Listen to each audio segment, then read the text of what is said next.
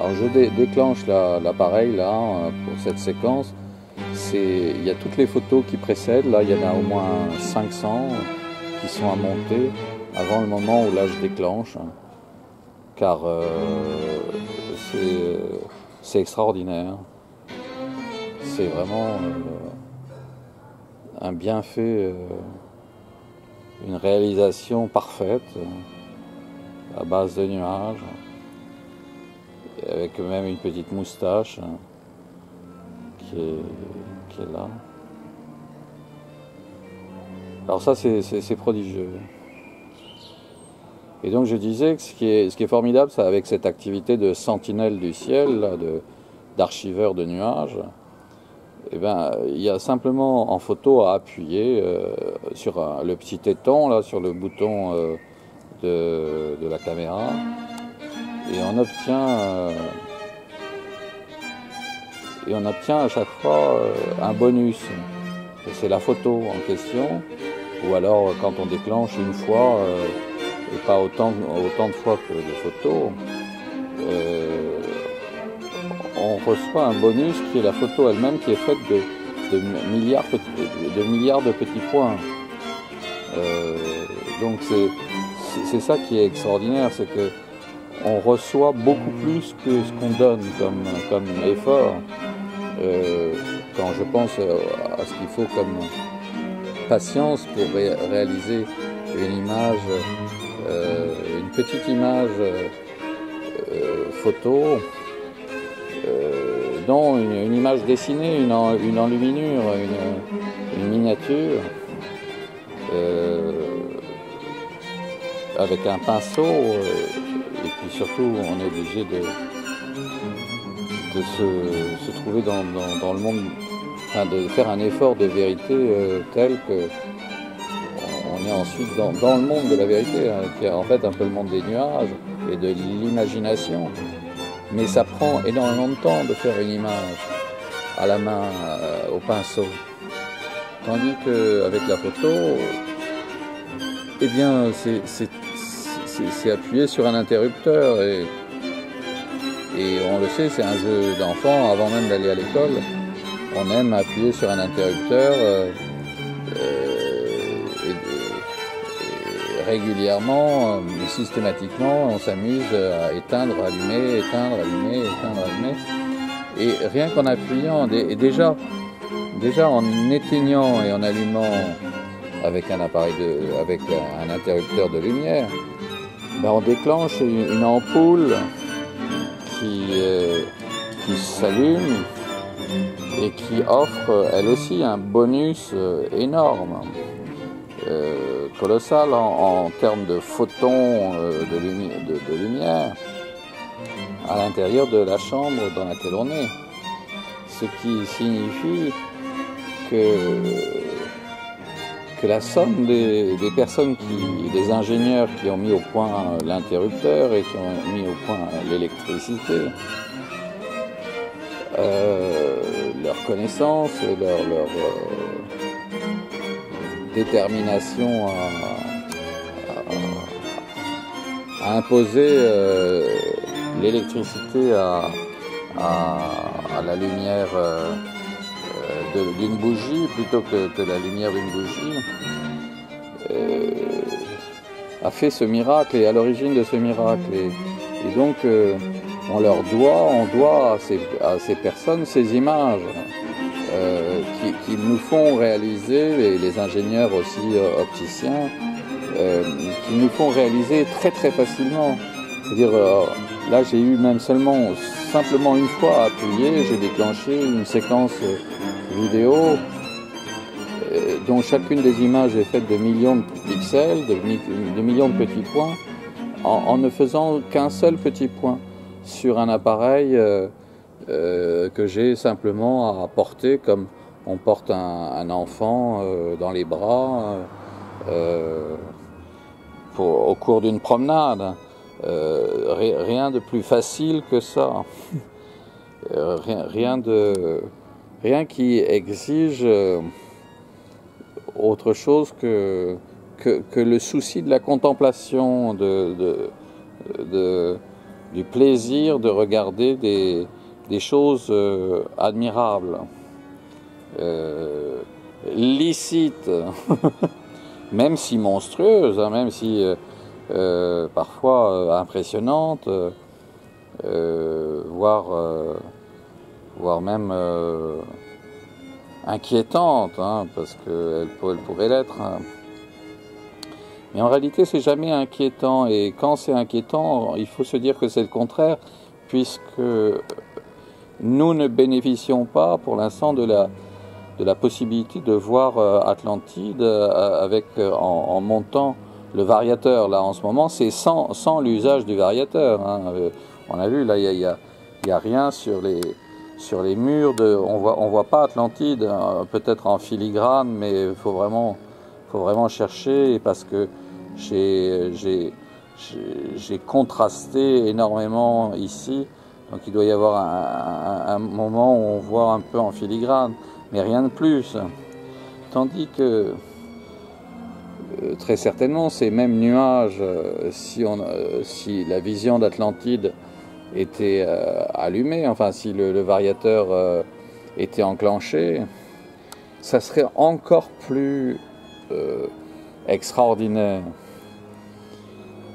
Ça serait vraiment tout à fait extraordinaire, tout à fait, enfin encore plus que ça ne l'est, fantastique. C'est dans le registre du fantastique, du surfantastique.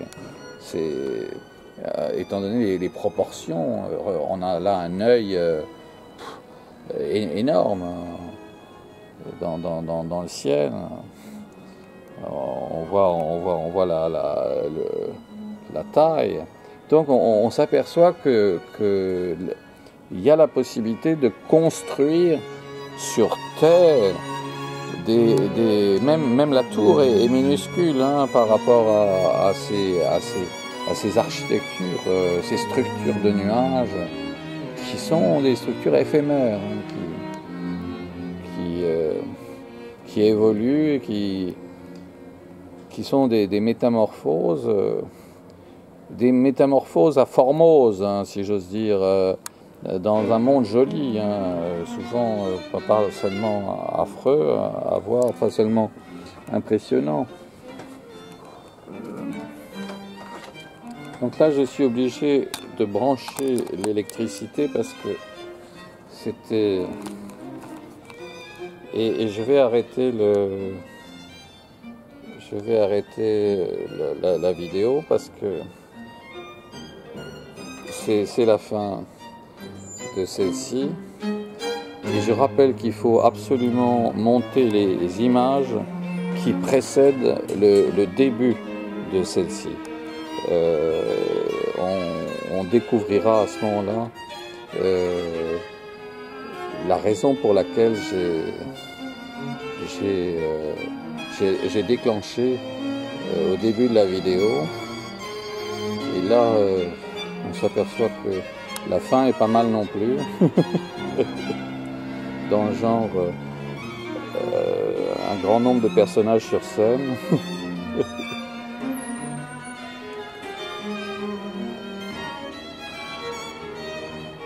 Voilà. Et on arrête là. Et donc, mais il faut absolument monter les images. Vraiment, je le conseille parce que ça vaut vraiment la peine. Tout d'un coup, on aboutit au déclenchement de la vidéo, mais en réalité il y a 500 photos avant qui sont prises chronologiquement, qui aboutissent à ce moment-là, et donc ça peut être intéressant de voir toute la série selon le principe de montage sur la timeline d'Adobe, avec des fondus enchaînés sur chacune des photos pour restituer l'animation et donc la vidéo. Voilà, on arrête là-dessus sur ce beau portrait qui, avec une moustache un peu blanche et avec une flèche qui va dans le nez. Comme si c'était une flèche pour les Bicrart.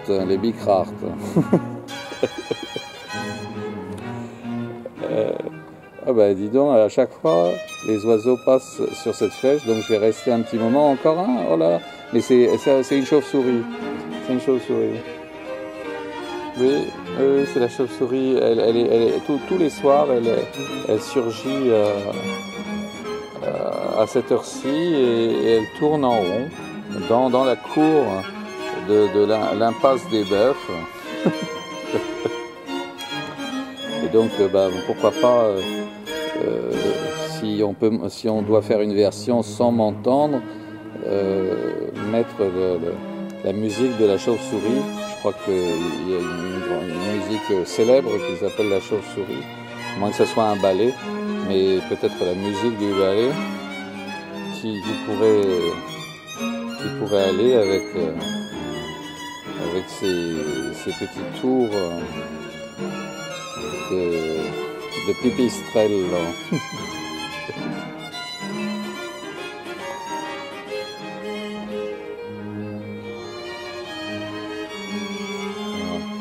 Il y a des zones. Tiens, on va essayer de la suivre. Non, c'est dit. Elle rentre dans l'ombre, donc on n'arrive plus à la. Ce que je disais l'autre jour, c'est que les chauves-souris ne seraient pas des petits vampires si elles ne s'étaient pas trompées lors d'une réincarnation en être humain. Donc si elles n'avaient pas involué, donc régressé à cet état de chauve-souris, un peu vampire. Mais à force, elles vont, à force de gagner des points, elles obtiennent une réincarnation bien meilleure la fois suivante. Et donc, en fait, c'est en se trompant simplement, en ne comprenant pas dans quel sens allait le. D'ailleurs, elles ont la tête en bas, plutôt que d'être. Elles sont accrochées par les pieds, elles s'accrochent par les pieds, elles ont la tête en bas. Et quand elles dorment, donc elles sont dans le monde à l'envers. Mais elles essayent de bien faire aussi, et pas seulement de chasser. Elles sont pas seulement méchantes. À certains moments, elles sont utiles. Et enfin, elles essayent d'être gentilles. Et donc, en raison de ça, elles gagnent. Et puis elles obtiennent une réincarnation, peut-être en souris, la fois suivante.